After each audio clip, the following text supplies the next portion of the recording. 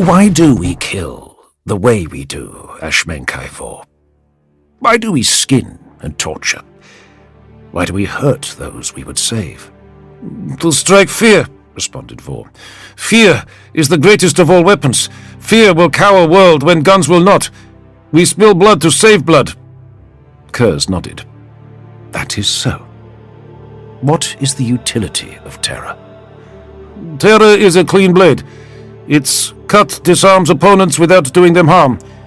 Terror is the friend of compliance. You have my teachings well at heart. What of the innocents we must slaughter? The few must die in pain so the many can live in peace. Fear is the road to civilization.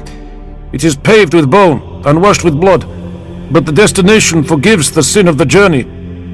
The ends justify the means, Kurz sighed. Even during your vain-glorious crusade, they did not agree with my methods, though they so often yielded victory more quickly and with less bloodshed than their own favoured ways of war. They would rather have millions die to their so-called civilized bombs and mass invasions, rather than a few thousand tortured by the murderer's knife, even when the pain of the few bought the lives of the many. You made me this way! You made me to be the fear in the dark! You made me to strike terror into mortal hearts! You made me an instrument of control to force capitulation. Oh, you thought you were so clever, Father. Why didn't you explain that I was doing what I was supposed to do? Did you? I wonder. Could you see all the ends of my brothers as I did? Did you see Dawn torn to pieces, Sanguinius cut down, the Gorgon beheaded by his most beloved brother? If you did, you are a far worse monster than I. He cocked his head. Hearing nothing, he scowled. You made me this way, master of mankind. Another of your stupid miscalculations. You could have made me ruthless, but instead you made me evil. You understand your guilt. You have come to face my judgment. You cannot condemn me. I am punished enough. There is not enough punishment for what you have done. Not in this life or in the next, shouted Kurz. How dare you presume to understand what I have done, and what sacrifices I have made, and what I now must suffer. The force of the voice battered Kurz back. You will never know the depths of my pain, for which I am grateful. Kurz opened his eyes to peer sidelong at the figure.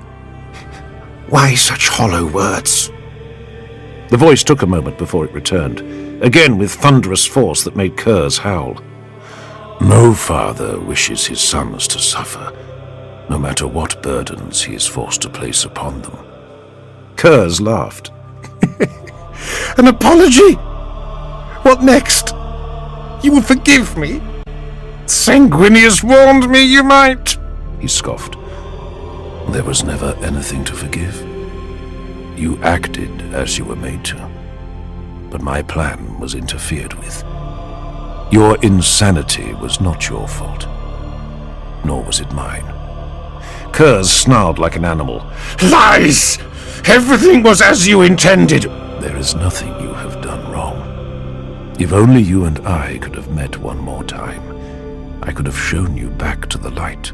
How marvelous! Kurz fell into a minute of wild, howling laughter. I am the Night Haunter! Light is anathema to me! Light is within you all. You are my sons. You are born of light. None of you are beyond redemption. Tell that to those who died! Nothing ever dies. Death is a state of transition. You have my forgiveness, Konrad, whether you want it or not. Never!